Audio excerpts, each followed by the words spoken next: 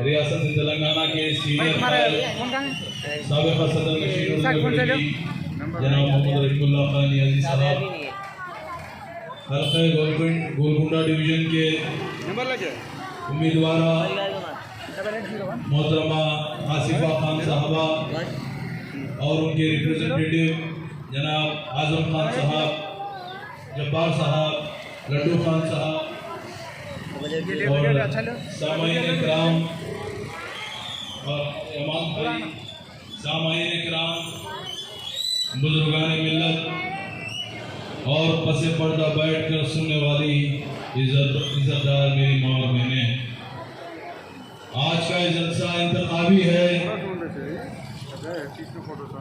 कई पार्टियों के दूसरे उम्मीदवार, सभी उम्मीदवार अपना इंतखाबी मंशूर लेकर आपके सामने रुजू होंगे आपसे वोट मांगने के लिए। और मैं ये कहना चाहता हूँ कि आप तमाम रायदहिंदगान से मेरी अपील है कि आप तमाम कार के निशान को वोट देकर कार के हक में, TRS के हक में आसिफा खान, असफिया खान मोहतरमा को गोलकुंडा डिवीजन से एक तारीख साज कामयाबी और गैर मामूली कामयाबी अता करी। कई पार्टियां जैसे कि कांग्रेस है, बीजेपी है और दीगर पार्टियां आपके सामने आएंगी वोट मांगने के लिए, तो आपको ये जानना है, आपको ये पहचानना है कि आपके सामने जो उम्मीदवार आता है वो किस खानदान से ताल्लुक रखता है, यानी कि उसकी पार्टी कौन सी है, उसने क्या किया।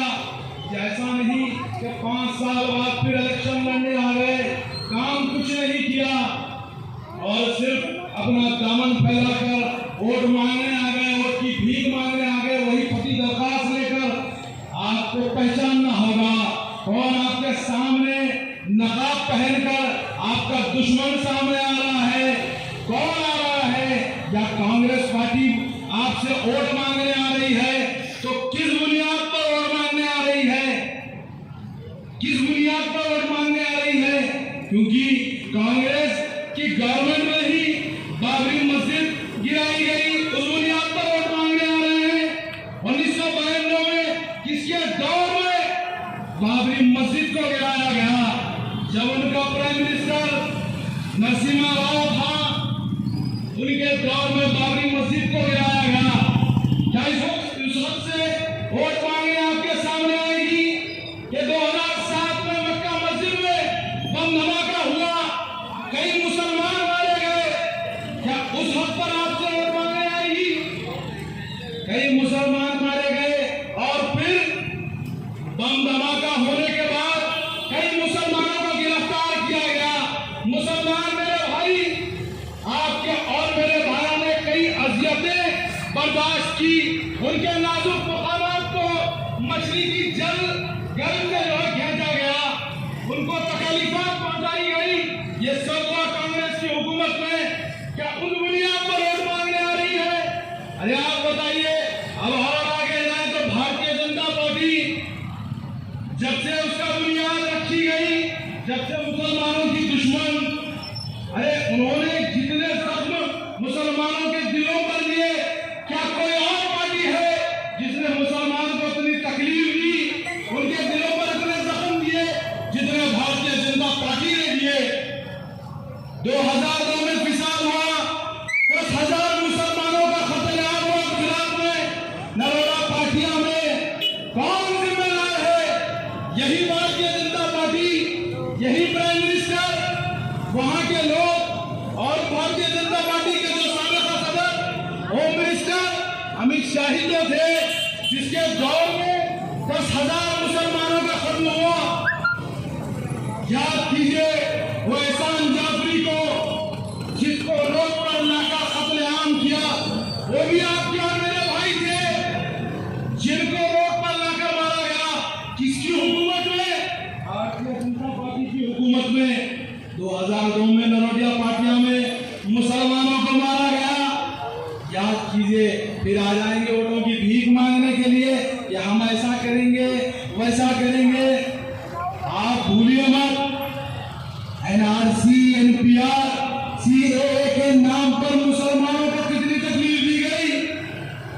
एनपीआर हमको भरना पड़ेगा, फिर एनआरसी होगा, फिर जिनकी जो है शहरियत यहाँ की नहीं होगी, जिनका ताल्लुक ये मुल्क से नहीं होगा, अगर गैर मुस्लिम है तो सीएए देकर उनको जो है यहाँ एनआरसी दिया जाएगा। ये क्या है? हिंदुस्तान एक सेक्युलर मुल्क है। हिंदुस्तान में जो कॉन्स्टिट्यूशन बनाया गया, हम भी जो है कॉन्स्टिट्यूशन पे चलते हैं। हम गांधी जी को मानने वाले हैं, नथुराम गोडसे को मानने वाले नहीं है, अम्बेडकर को मानने वाले हैं। और आरएसएस के कोई कायद को मानने वाले नहीं है, बजरंग दल वालों को मानने वाले नहीं है, शिवसेना वालों को मानने वाले नहीं है।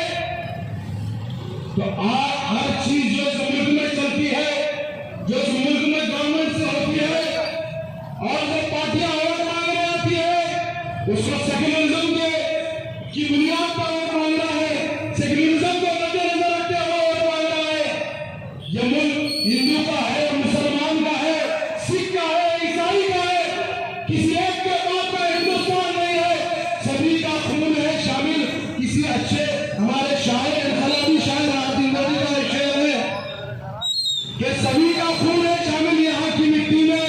हिंदू का भी है, सिख का भी है, ईसाई का भी है, मुसलमान का भी है, सभी का खून है शामिल यहाँ की मिट्टी में। किसी के बाप का हिंदुस्तान नहीं है, किसी के बाप का हिंदुस्तान नहीं है। तो हमको जीएसटी के नाम पर तकलीफें पहुंचाई गई। इतना टैक्स, ये ताजिर जानते हैं कि इतना टैक्स कारोबार का नहीं होता जितना टैक्स इनको भरना पड़ता है। ये सब ताजिर को मालूम है, बिजनेसमैन जानता है कि कई लोगों का बिजनेस बंद हो गया, तिजारतें खत्म हो गई, लुट गए, सड़कों पर आ गए, निश्चय नाबूद हो गए। ये जीएसटी के नाम पर मुल्क तरक्की नहीं कर रहा है, मुल्क की बुनियाद में फिरका परस्ती का बीज बोया जा रहा है। ये बीजेपी है, भारतीय जनता पार्टी है। फिर नोटबंदी की गई, नोटबंदी में सबको जो कतारों में करना पड़ा, बैंकों की कतारों में, एटीएम की कतारों में। आप सब जानते हैं, आपने तकलीफों को बर्दाश्त किया, इन 6 सालों में अजियतों को बर्दाश्त किया। बीजेपी की जो हुकूमत में आपको तकलीफ हुई, मैं समझता हूं कि 70 साल आजाद हिंदुस्तान में ऐसी तकलीफ आपको कभी नहीं पहुंची जितने बीजेपी के रूल में पहुंची। आप सब यहाँ हैं, आप सबने उस जुल्म और ज्यादती को बर्दाश्त किया। फिर आएंगे वोट मांगने के लिए, वोटों की भीख मांगने के लिए, हमको वोट दे दो। हमने क्या किया? तो जो रियासती हुकूमत है, जो 6 साल पहले 2 जून को केसीआर साहब की टीआरएस गवर्नमेंट की हुकूमत बनी, कई लोग यहाँ पर खड़े हैं, सुन रहे हैं मेरी आवाज। आपको मालूम है कि टीआरएस से आपने कितने फायदे उठाए। आपके घरों में जो बिन ब्याही हुई लड़कियां थी, उनकी शादियों के लिए रकम मिली नहीं मिली? मिली। हाँ, कई लोगों को यहाँ पर जो है मिली। शहर के कोने में भी जो है टीआरएस का जलसा सुन रहे हैं।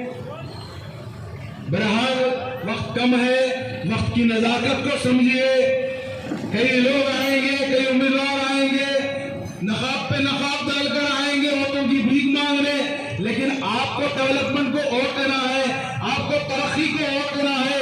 आपको जो अनएम्प्लॉयमेंट, जो हमारे पास मुलाजिमतें नहीं मिल रही, मुलाजिमतें जो पार्टी आपको दिला रही है, उसको वोट देकर उसके उम्मीदवार को ऐवान में पहुंचाना है ताकि आपके मसाइल हल हो, आपके मसाइल पर बात हो। बगैर आपको इंशाअल्लाह ताला रहीमुल्लाह खान नियाज़ी साहब की घनगरज को सुनना है, उनकी शोभा बयानी को सुनना है। मैं आपसे यही कहते हुए रुखसत लूंगा, कार के निशान को वोट देकर एक तारीख साज कामयाबी की उम्मीदवार आसिफा खान को दीजिए। आपका निशान इम्तियाजी निशान वोट है। एक तारीख को दिन वोट देकर एक तारीख अक्सरियत से आसिफा खान को जिताएं और ऐवान में भेजें।